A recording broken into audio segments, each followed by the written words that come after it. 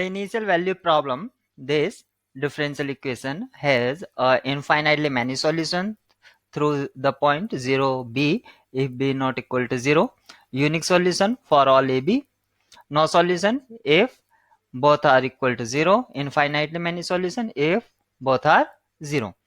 तो इस टाइप की ये प्रॉब्लम है इनिशियल वैल्यू प्रॉब्लम, और इसको हमें सॉल्व करना है।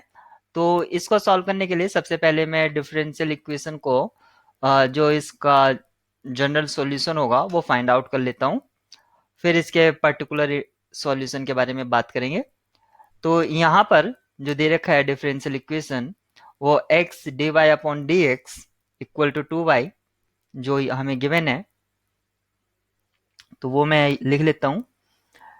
या डायरेक्ट इसमें वेरिएबल सेपरेबल मेथड अप्लाई करता हूँ मैं, तो ये हो जाएगा dy, टाइम ज़्यादा वेस्ट नहीं करेंगे हम, 1 upon Y D Y equal to 2 upon X D X, और यहाँ पर ही इसको इंटीग्रेट करा दीजिए, तो ये हो जाएगा log y equal to 2 log x plus log c।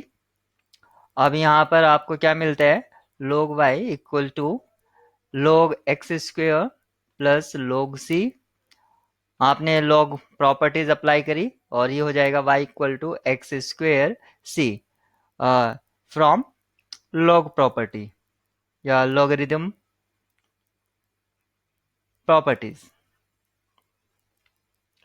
अब आपने यहाँ पर log प्रॉपर्टी अप्लाई की और जो आपका आया y equal to x square equal to c. यहाँ पर आपको जो कंडीशन दी गई है, यहाँ पर आप कंडीशन देख सकते हैं। अब हमारा जो खेल है वो सिर्फ कंडीशन का है, तो हमारी जो है वाई स्क्वेयर क्या था, sorry y equal to x square c, ये हमें मिला था। अब देखिए यहाँ पर अगर मैं यहाँ पर जो है x 0 है और y b, तो b इक्वल टू 0 टाइम सी, यानी कि आपका जो आ रहा है यहाँ पर b इक्वल टू 0 आ रहा है। अगर मैं a 0 पुट करता हूं तो b का वैल्यू भी क्या आ रहा है 0, जबकि यहाँ पर क्या दिया है b नॉट इक्वल टू 0। अगर मैं इसको b नॉट इक्वल टू 0 ले रहा हूं तो ऐसा सी एग्जिस्ट ही नहीं करेगा। ऐसा सी इफ, अगर मैं इफ कंडीशन यूज करता हूं if b not equal to 0, तो there doesn't exist c belongs r such that b equal to 0 times c, इस तरह से, या b not equal to 0, b not equal to 0 and b equal to 0 times c, इस condition को satisfy नहीं करेगा, तो ये आपका गलत हो जाता है।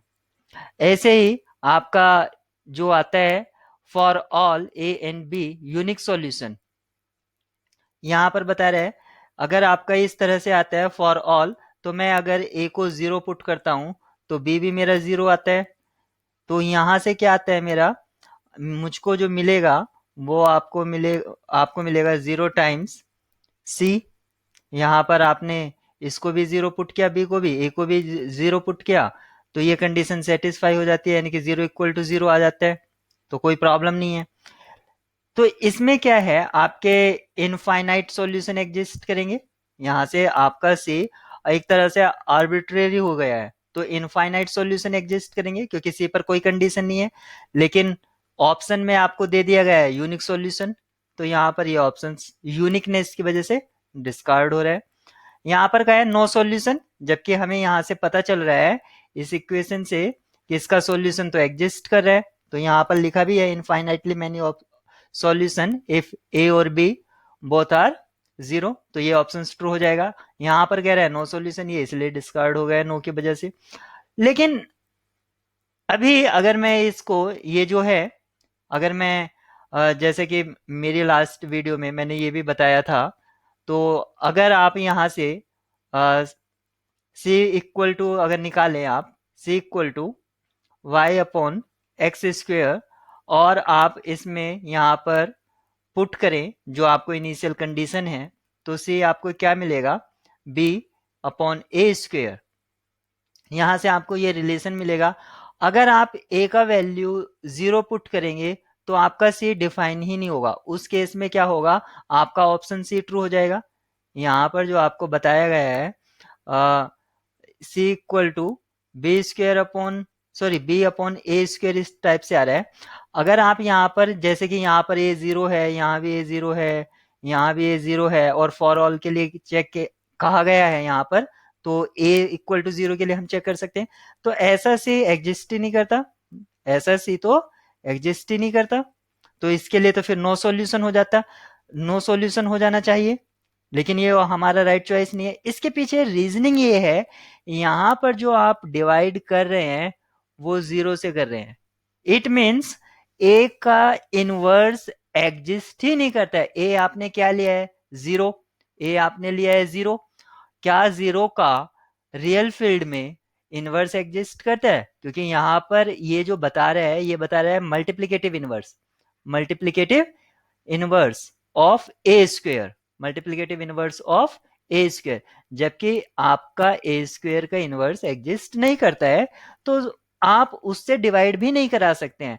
इनवर्स एग्जिस्ट करेगा तभी आप प्री और पोस्ट मल्टीप्लाई करा सकते हैं। इसका मीनिंग हुआ c equal to B dot A square, या आप इसे लिख सकते हैं और c equal to A square dot B.